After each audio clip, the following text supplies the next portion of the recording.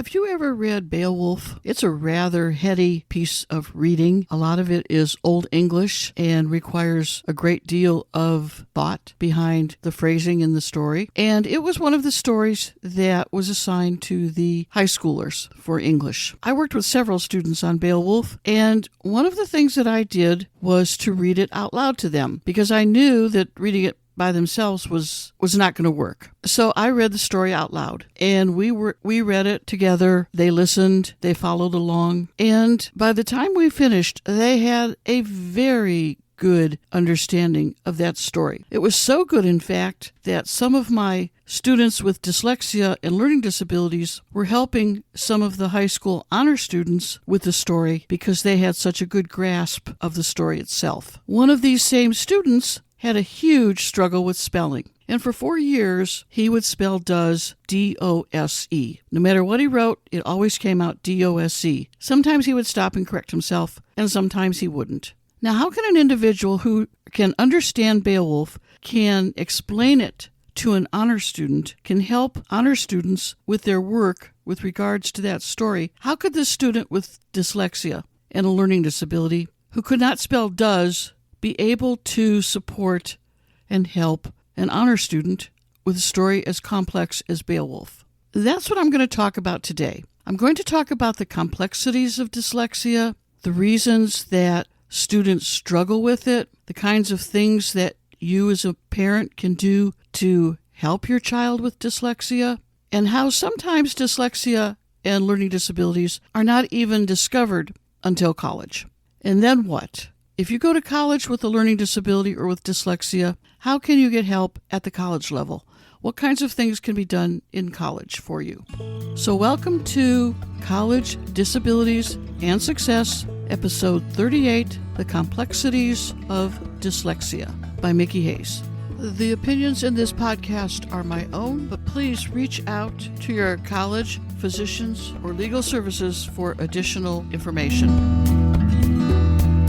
Since October is Dyslexia Awareness Month, I thought I would spend some time talking about dyslexia. I am by training a learning disability specialist, and I have worked with individuals with learning disabilities for a long time. I began life as an elementary teacher and certified learning disability specialist. I spent 12 years as a high school learning disability teacher and another 15 or so as a college learning disability specialist and an adjunct faculty member teaching remedial reading and writing. So one way or another, I've spent most of my career on individuals with learning disabilities. So I'm going to talk to you today about learning disabilities and exactly what that means in relation to dyslexia and what dyslexia is and why dyslexia can be a very large component of a learning disability. Very often, people use the terms learning disability and dyslexia interchangeably, and that's okay. The reality is a learning disability is a broader term. It's an umbrella term, and dyslexia is one characteristic of a learning disability. You can have dyslexia, dyscalculia, dysgraphia. You can have problems with the reading and writing and language that you see on the text. That's dyslexia. But dysgraphia is also writing that on paper. Some students are fine with the reading and writing end of the learning disability, but they struggle with the math piece of it. So those students would have dyscalculia. There are expressive and receptive language disorders. There are a variety of different disabilities under that giant umbrella of a learning disability. But today we're going to specifically talk about dyslexia. Let's take a moment to talk about what a learning disability is not, or what dyslexia is not. Dyslexia is not a problem with vision. It is a problem within the brain itself. It's a neurological disorder within the brain. When a kid is mixing things up on the page and struggling to read what's on the page, it's not because the eyesight isn't working correctly. So that's one of the things you should do when you see problems happening. Rule out the vision if you can. It's not a problem from excessive absences. If a kid is out of school a lot or misses a lot of school, they're missing teaching. They're missing the knowledge being taught to them, and there's gaps in their knowledge, but it doesn't necessarily mean that there is a learning disability going on. So you also have to look at that as well. So where does dyslexia come from? Research shows that dyslexia is inherited 40 to 60% of the time. And that doesn't necessarily mean from the immediate family. It could be a genetic tendency with a different relative, cousins, uncles, that sort of thing. Dyslexia can be the result of poor health care, especially things like recurring ear infections, where when language is being formed, the child is not hearing those formations, and so their language is corrupted and results in dyslexia. It could come from environmental conditions, lead poisoning, things like that. Dyslexia can also occur during the birthing process or premature birth, lack of oxygen at birth, poor prenatal health, alcohol and chemical abuse by a mother while she's pregnant, those kinds of conditions as well. So there are a lot of different reasons for dyslexia, but the common one is genetics. So dyslexia, I said, is a language disorder, reading text. Reading text can be very complex. And at the end of this podcast, I will share with you some specific resources that you might find valuable in sorting out all of this information. When I was a high school teacher, I asked the kids when their learning disability was discovered. And some of the kids said that their learning disability was discovered early, kindergarten, first grade. And a few of them didn't really have their learning disability identified until around the fourth or fifth grade. And then another group had their learning disability discovered heading into high school. And then some, even when I taught at the college, had no idea why they were struggling and were tested for the very first time in college and discovered that they had a learning disability. So one of the issues with a learning disability is kind of trying to recognize it. Now, with the little ones, sometimes it can be very obvious. Be very careful, though. Don't make the mistake that if your kid is doing reversals, that will automatically mean a learning disability. In kindergarten, first grade, even second grade, reversals are somewhat normal, and if you compare test results for reversals with typical kids who have no learning disability, at that age, many of the test results show reversals for both groups. So there is a normalcy at that age that you can't just use that one factor as an identifying characteristic at an early age. So just be very cautious of that. But what can you tell at an early age? There is an excellent webinar that I'm going to mention now by Dr. Kathy Futterman called Identifying Dyslexia and Improving Student Success. And there's a lot of valuable information in there. In that webinar, she sorts out identifying kindergarten, middle school, high school. So in brief, with the little ones, with the kindergartners, first graders, you're looking at difficulty rhyming, some problem with sequencing and directionality. There's probably problems identifying the letter names and the sounds that go with the letters. Most kids can pick up the ABCs, but identifying the sounds that go with the letters can be a little more challenging. And you might hear some mispronunciation of multi-syllables. And again, with a little one, you really need to talk to the teacher, talk to the school psychologist, and find out if the things that you're seeing are just normal, typical behaviors, or if they are something that you need to be concerned about. Because at that age, it really is sometimes hard to tell. Now, when you start hitting second grade, third grade, you start running into issues with spelling. Spelling becomes a bigger problem. And there may be handwriting issues. Dysgraphia may begin to show up quite significantly. And there may be problems with some writing complete sentences correctly. In other words, remembering to do all the things you need to do when you write a sentence, like capital letters, periods, and that sort of thing. Now, when you get into the middle school years, you sometimes see reading fluency issues, the smoothness that a person is reading with. And if the reading is choppy, that could be something to be on the lookout for. There may be comprehension issues. When a student struggles with recognizing vocabulary and reading the words, decoding the words, in the effort to read the word, they sometimes forget to remember what's happening in the story. So sometimes, not always, but sometimes word recognition and comprehension go hand in hand. And you might see immature handwriting and reduced vocabulary. This reduced vocabulary is critical, especially when the students are writing. When you start getting into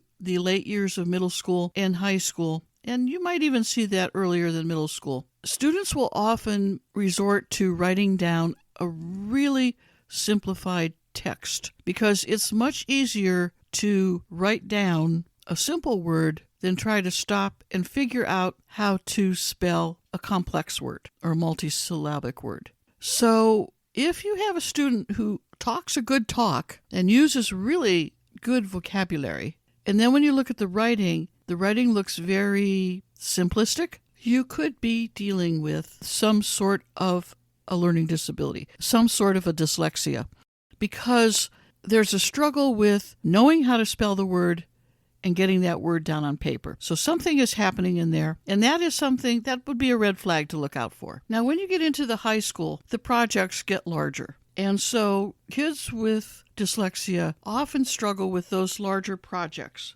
The organization skills that go along with it, the time management skills, trying to read what they have to read in order to create the project that they have to create. There may be struggles with reading the multisyllabic words, the words they talk but can't read on a paper. The words you hear them say, but then you know they put a much simpler word on the paper. They may lack a knowledge of the structure of words, the prefix, suffix, root word, base word. They may have some trouble analyzing the text, and they might avoid reading out loud. They might really dislike reading a lot. And if you think about it, if you need to do something that you struggle with day in and day out and day in and day out, you don't want to do it either. And that's what happens with reading for the older kids especially.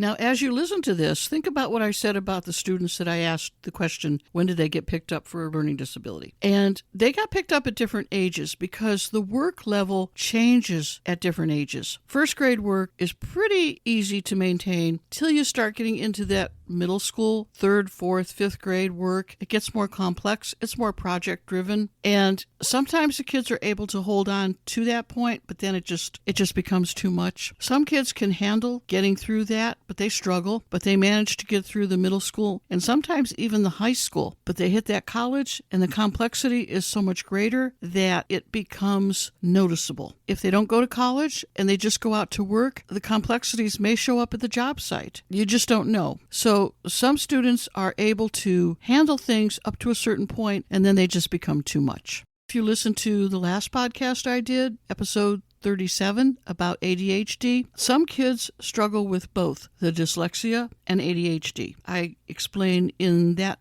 podcast the complexities of ADHD when a person is trying to read text. The distractibility just adds in another new layer of frustration. Dyslexia is identified based on testing. And I will do another podcast to go into the nuances of testing. I'm not going to do that today because it's rather complex, but I do want to spend some time going over testing with you at a later date. I will say this about testing.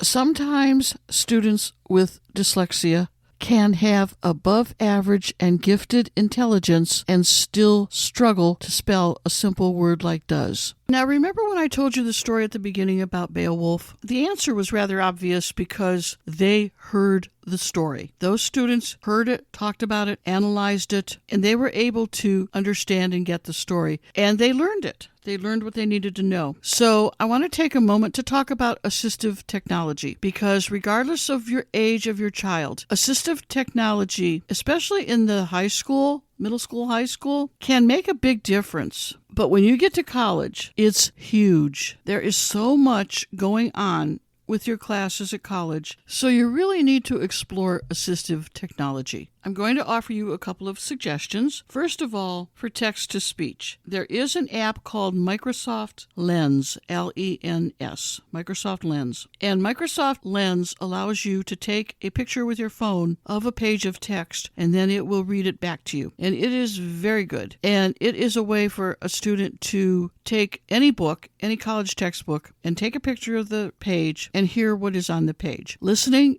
is incredibly helpful when you're struggling with reading the words on the page. And that is one way to do it that's very easy. Now, if you're going speech to text, in other words, you're speaking and you want the text on a paper, you want it to be written as you're speaking, and this is especially good for big reports when you're talking through a subject, use Microsoft Word Office Dictation, which is one of the tabs on the Microsoft Word program, and it works extremely well at allowing you to speak your words into the computer, and then it will give you the text afterwards that you simply have to edit as needed. Now, you can also get Learning Ally. In college, if you are registered with Disability Services, you can talk to them about getting Learning Ally.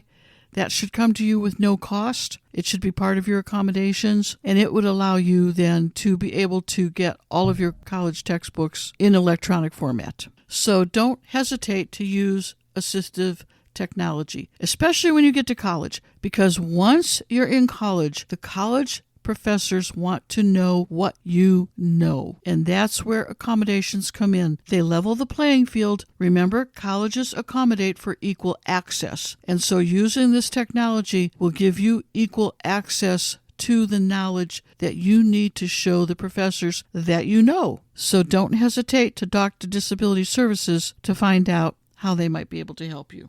In terms of accommodation in college, the accommodations that an individual gets for dyslexia are usually hand in hand with the documentation that they provide. Now, if all you have is an IEP or a 504 plan with a diagnosis on it, by the way, a lot of 504 plans don't have a specific disability diagnosis. They just say other health impaired, OHI, and other health impaired doesn't tell Disability Services what the issues are that you're dealing with. So they may question the use of a 504 plan depending on how it's written. But if all you have is an IEP or a 504 plan, you may find that your accommodations are rather limited as to what they can do with regards to dyslexia. It's been my experience that most colleges want to see some sort of updated psychological evaluation, something that shows very specifically where your areas of struggle are, so that they can accommodate for you with regards to those areas of struggle. But as I've always said in the past, don't go out and get new testing done until you talk to Disability Services at the college you plan to attend, because they will tell you exactly what you or your child will need to register for services and receive accommodations. Now, assuming you have really super great current up-to-date documentation that is very well done, then you could end up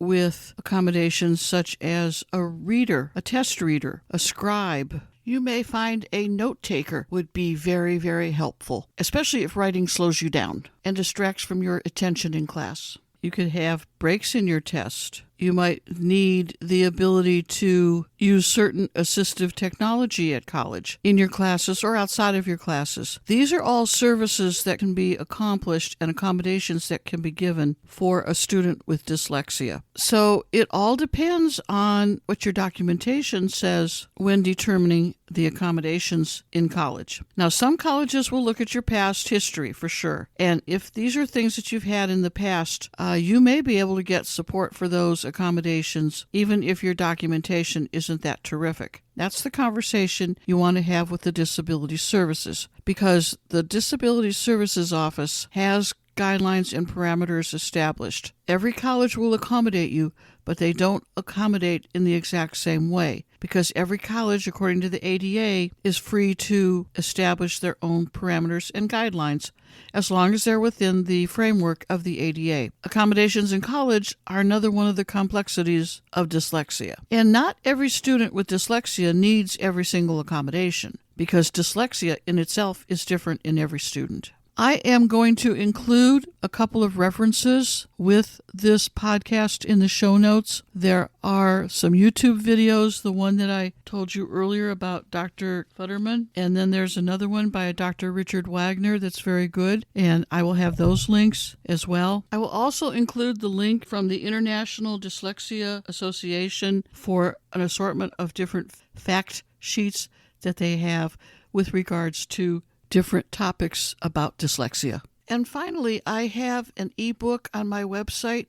mickieteaches.com, MICKIE teaches.com, that has about 30 questions that you can ask Disability Services about if you need additional information. Thank you for your time today. I hope you found today's session worthwhile, and I look forward to talking to you again next week.